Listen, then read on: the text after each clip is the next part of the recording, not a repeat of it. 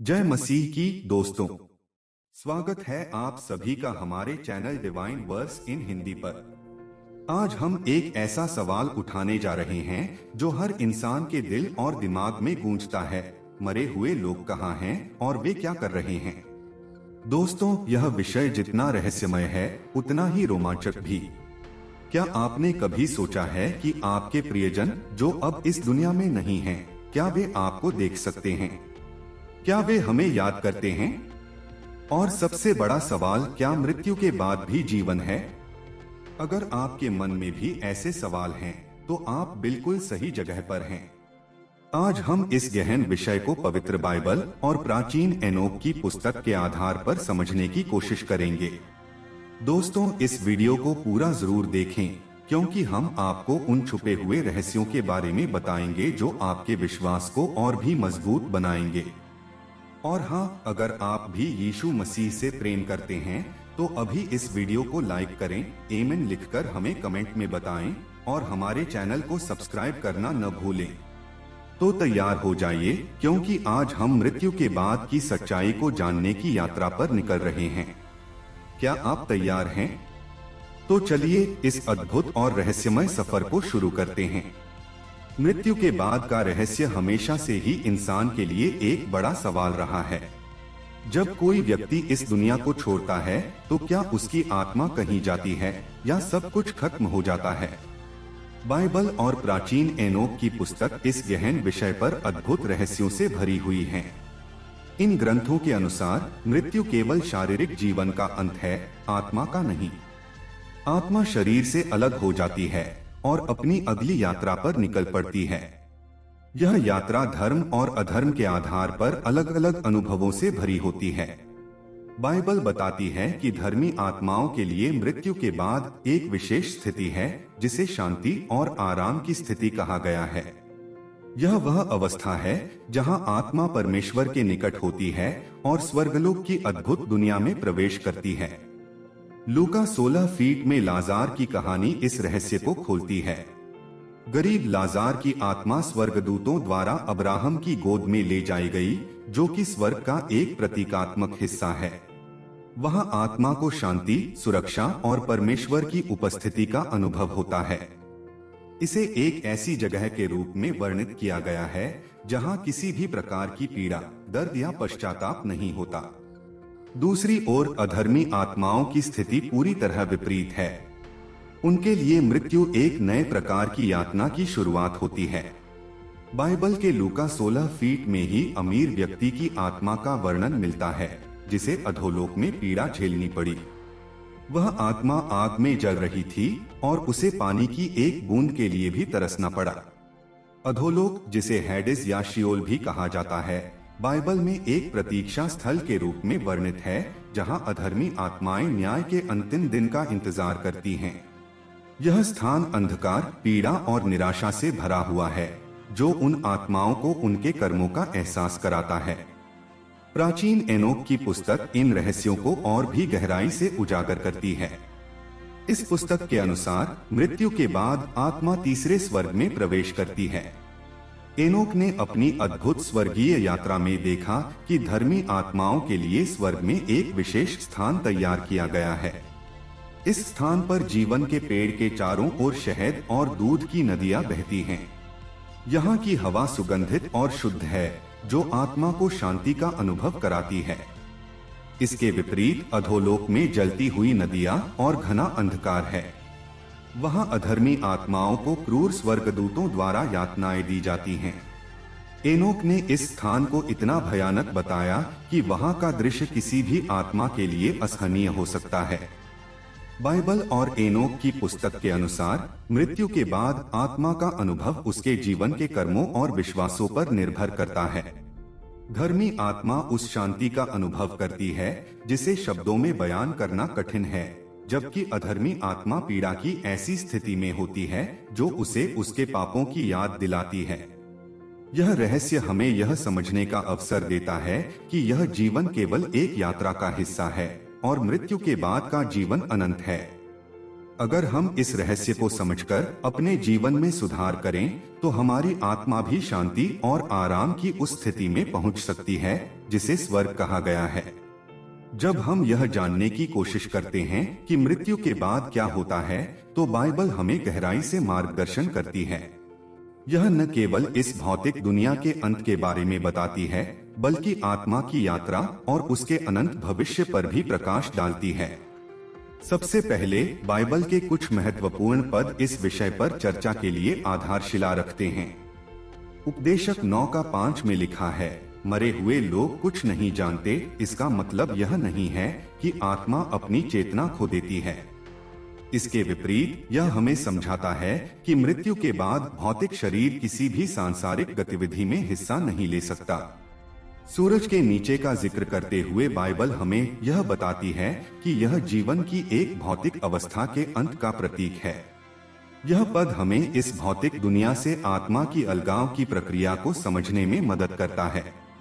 लूका 16:19 से 31 में एक कहानी है जो इस विषय को और भी स्पष्ट करती है।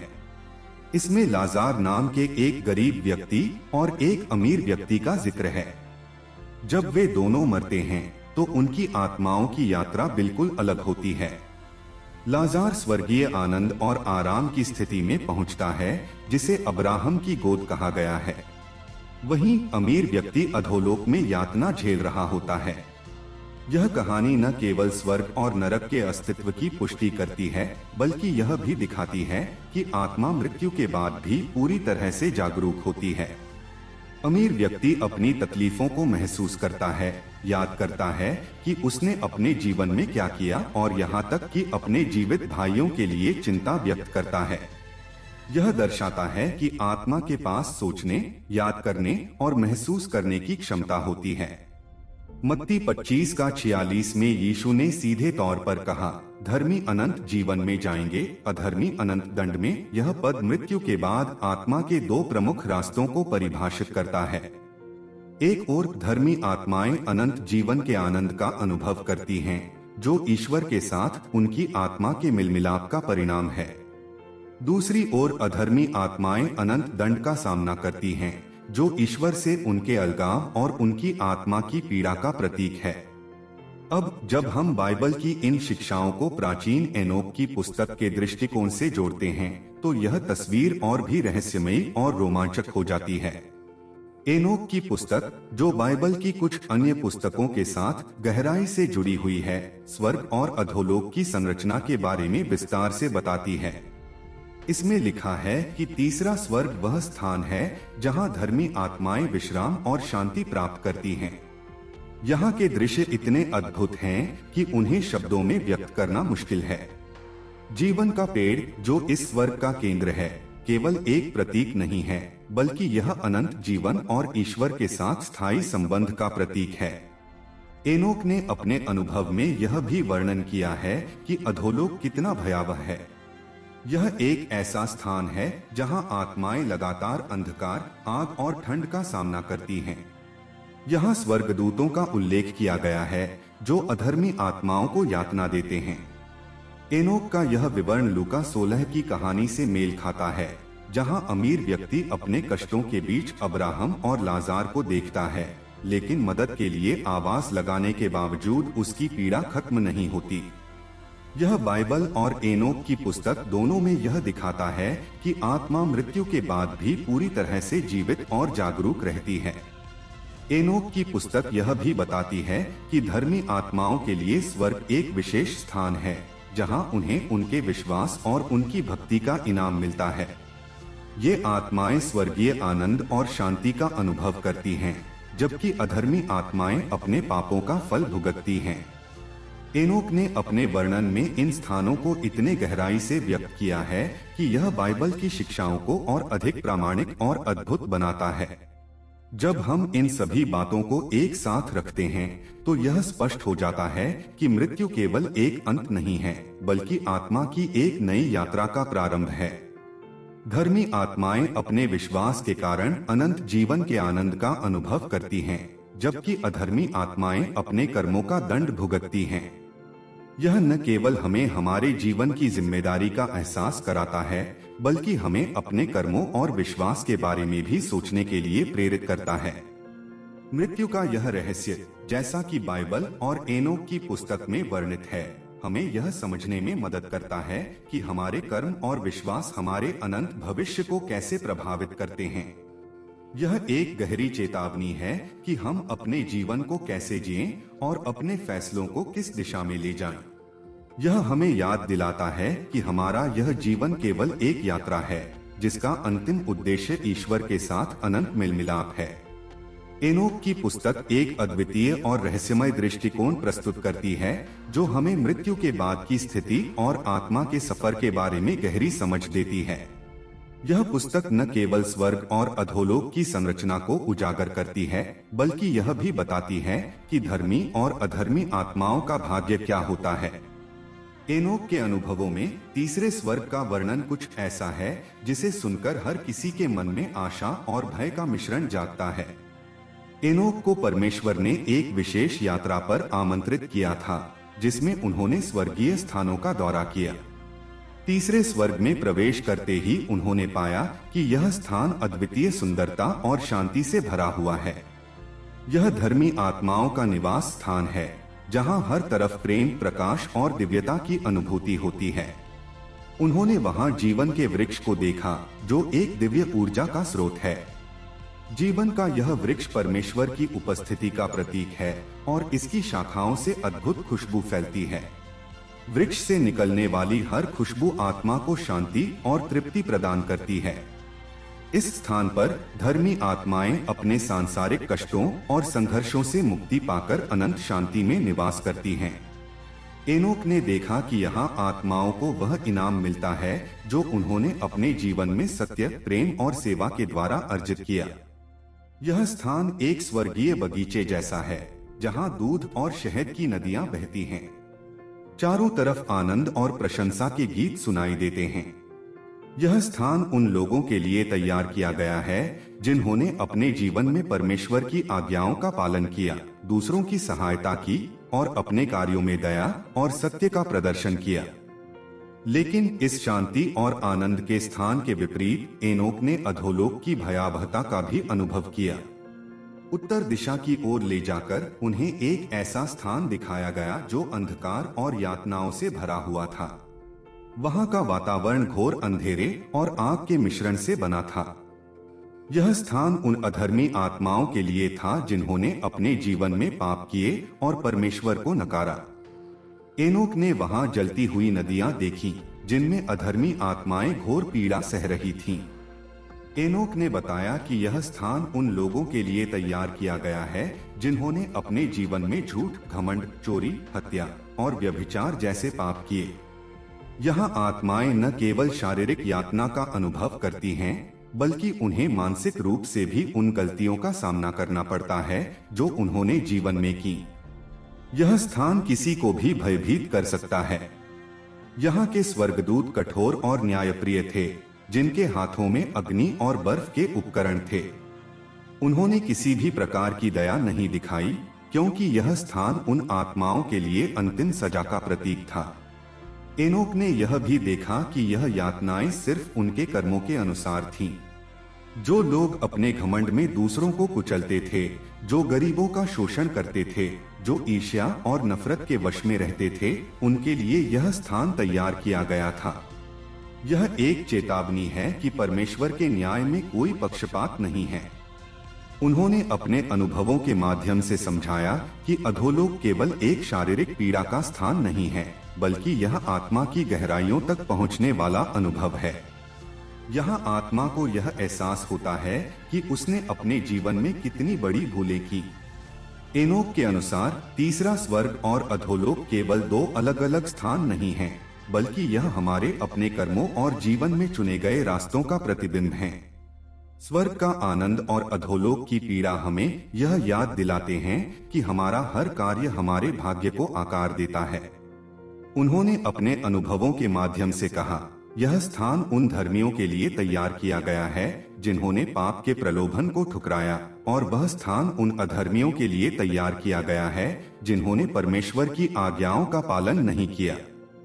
एनोक की पुस्तक में उल्लिखित यह विवरण हमें गहरी प्रेरणा देता है कि हम अपने जीवन को इस तरह से जिएं कि हम धर्म और सत्य की राह पर चलें। यह पुस्तक न केवल हमारे लिए चेतावनी है, बल्कि यह हमें आत्मा की अनंत यात्रा के प्रति तैयार रहने की भी प्रेरणा देती है। यह स्पष्ट करती है कि मृत्यु के बाद का जीवन हमारे इस जीवन के कार्यों और विश्वासों पर आधारित है। इस अद्भुत और रहस्यमय विवरण से हमें यह समझने में मदद मिलती है कि हमारा हर कार्य महत्वपूर्ण है।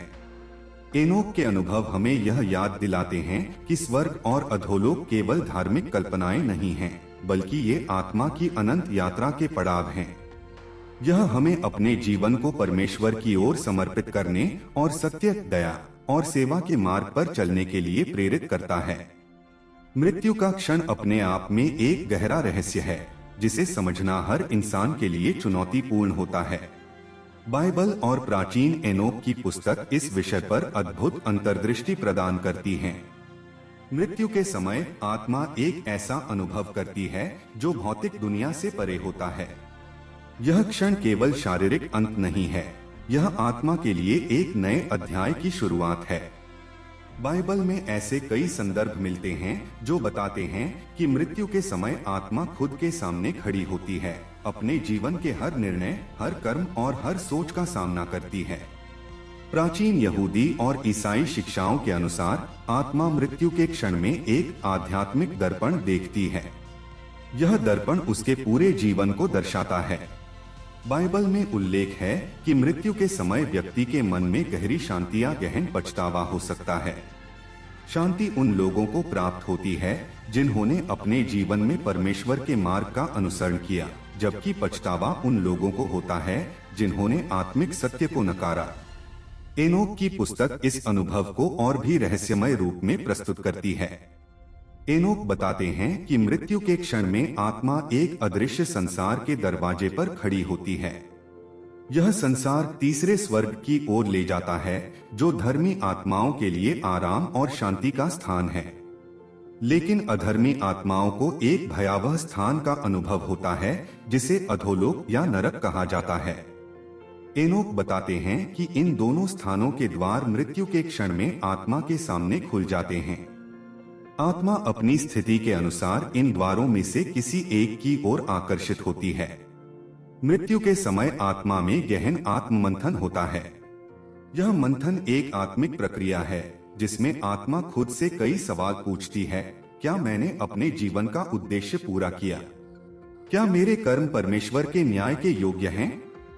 क्या मैं तैयार हूं उस अनंत दुनिया का सामना करने के लिए? बाइबल और एनोक की पुस्तक दोनों यह स्पष्ट करती हैं कि इस आत्ममंथन के दौरान आत्मा को यह एहसास होता है कि उसका हर निर्णय, हर कार्य उसके आगे आने वाले भविष्य को तय करता है। मृत्यु का क्षण भले ही शरीर के लिए अंतिम हो, लेकिन आत्मा के लिए यह परमेश्वर के करीब आने का आरंभिक कदम है। यह वह समय होता है जब आत्मा अपने सृष्टिकर्ता की ओर खींचती है और भौतिकता की हर सीमा को छोड़कर एक शाश्वत संसार की ओर बढ़ती है। इस क्षण में आत्मा को यह भी महसूस होता है कि उसने क्या खोया और क्या पाया। यह अनुभव शांति और पछतावे का अनोखा मिश्रण है जो आत्मा को अगले चरण के लिए तैयार करता है। प्रकाशित वाक्य 20 का 12 से 13 में बाइबल हमें अंतिम न्याय के एक गंभीर और रहस्यमय दृश्य की झलक दिखाती है। इसमें कहा गया है कि हर आत्मा, चाहे वह धर्मी हो या अधर्मी, परमेश्वर के सिंहासन के सामने न्याय के लिए प्रस्तुत की जाएगी। यह वह क्षण होगा जब हर व्यक्ति के कर्मों को उजागर किया जाएगा और उनके अनुसार न्याय किया जाएगा। धर्मियों के लिए यह एक अनंत आनंद का मार्ग होगा, जबकि अधर्मी आत्माओं के लिए यह हमेशा के लिए परमेश्वर से अलग होने की घड़ी होगी। बाइबल के इस वर्णन के साथ एनोक की पुस्तक में स्वर्ग और अधोलोक के अदृश्य स्थानों का भी विस्तार से वर्णन मिलता है। एनोक हमें बताता है कि तीसरा स्वर्ग वह स्थान है जहां धर्मी आत्माएं पहली बार जाती हैं। यहाँ के दृश्य अद्भुत हैं। जहां जीवन के वृक्ष का प्रकाश और इसकी सुगंध आत्मा को एक अद्वितीय शांति प्रदान करती है। यह स्थान एक ऐसे स्वर्गीय बगीचे जैसा है जहां दूध और शहद की नदियां बहती हैं और हर ओर अनंत प्रेम और शांति का अनुभव होता है। यह वह स्थान है जिसे धर्मी आत्माओं के लिए तैयार किया गया है, जिन्होंने अपने जीवन में सत्य और धर्म के मार्ग का पालन किया। इसके विपरीत अधोलोक का दृश्य भयावह है। एनोक के अनुसार यह एक ऐसा स्थान है जहां अंधकार और आग का मिलाजुला रूप हर आत्मा को आतंकित करता है। यहाँ आत्माएं अपने पापों के कारण निरंतर यातना सहती हैं। यह स्थान केवल अंधकार और पीड़ा से भरा है, जहाँ कोई राहत नहीं है। अधोलोक के दृश्य में एक जलती हुई नदी बहती है और हर आत्मा अपने अपराधों का दंड भुगत रही होती है। वहाँ मौजूद स्वर्गदूत क्रोधित और निष्ठुर हैं, जो किसी भी आत्मा को क्षमा नहीं करते। यह वह स्थान है जहां अधर्मी आत्माएं न्याय के दिन तक इंतजार करती हैं, जब उन्हें परमेश्वर के अंतिम न्याय का सामना करना पड़ेगा। न्याय के दिन स्वर्ग का यह गुप्त और छिपा हुआ संसार उजागर होगा। हर आत्मा का हर कर्म, हर विचार और हर निर्णय जो उसने जीवन में लिया है, परमेश्वर के सामने पेश किया जाएगा।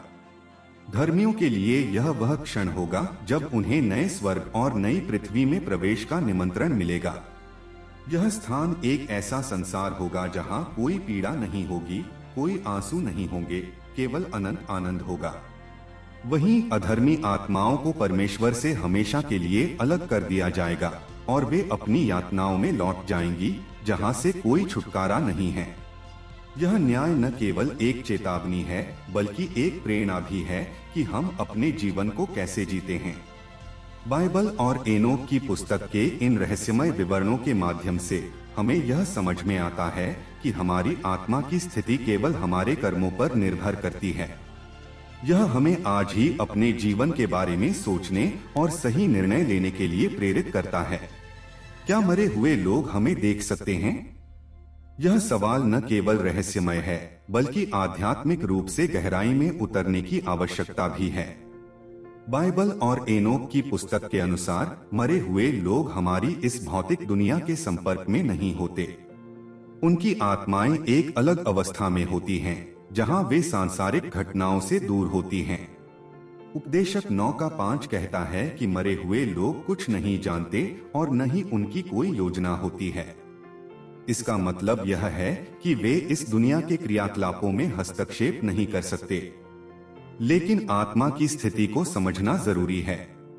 बाइबल बताती है कि आत्माएं एक अलग आयाम में रहती हैं, जहां वे अपनी चेतना के साथ मौजूद रहती हैं।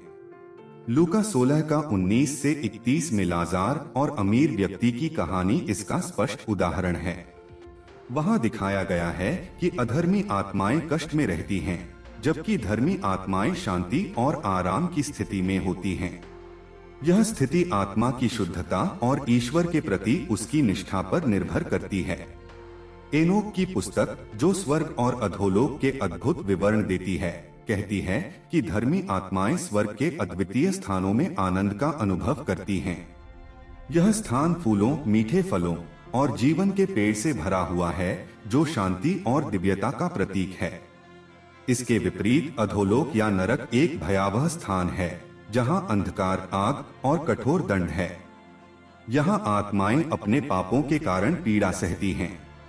अब सवाल उठता है, क्या मरे हुए लोग हमारी भावनाओं को महसूस कर सकते हैं? बाइबल और एनोक की पुस्तक से संकेत मिलता है कि आत्माएं हमारी प्रार्थनाओं और कर्मों का प्रभाव अनुभव कर सकती हैं। जब हम परमेश्वर से प्रार्थना करते हैं या धर्म के कार्य करते हैं, तो इसका सकारात्मक प्रभाव उन आत्माओं पर हो सकता है जो शांति की खोज में हैं। मृतकों की यह स्थिति हमें गहराई से सोचने पर मजबूर करती है। उनकी स्थिति हमें यह याद दिलाती है कि हमें अपने जीवन को सही दिशा में ले जाने की जरूरत है। जीवन का यह सफर केवल सांसारिक सुखों तक सीमित नहीं है, बल्कि यह आत्मा की अनंत यात्रा का एक हिस्सा है। अगर आपको इस वीडियो से कुछ नया समझने का मौका मिला है, तो इसे लाइक करें, अपनी राय कमेंट में साझा करें और चैनल सब्सक्राइब करना न भूलें। ऐसे और भी रहस्यमय विषयों पर जानकारी पाने के लिए जुड़े रहें। याद रखें, मृतकों के बारे में जानना केवल जिज्ञासा नहीं है, यह हमारी आत्मा की तैयारी और ईश्वर की योजना को समझने का एक कदम है। आइए यीशु मसीह की शिक्षा को अपनाएं और अपने जीवन को सही दिशा में ले जाएं। जय मसीह की।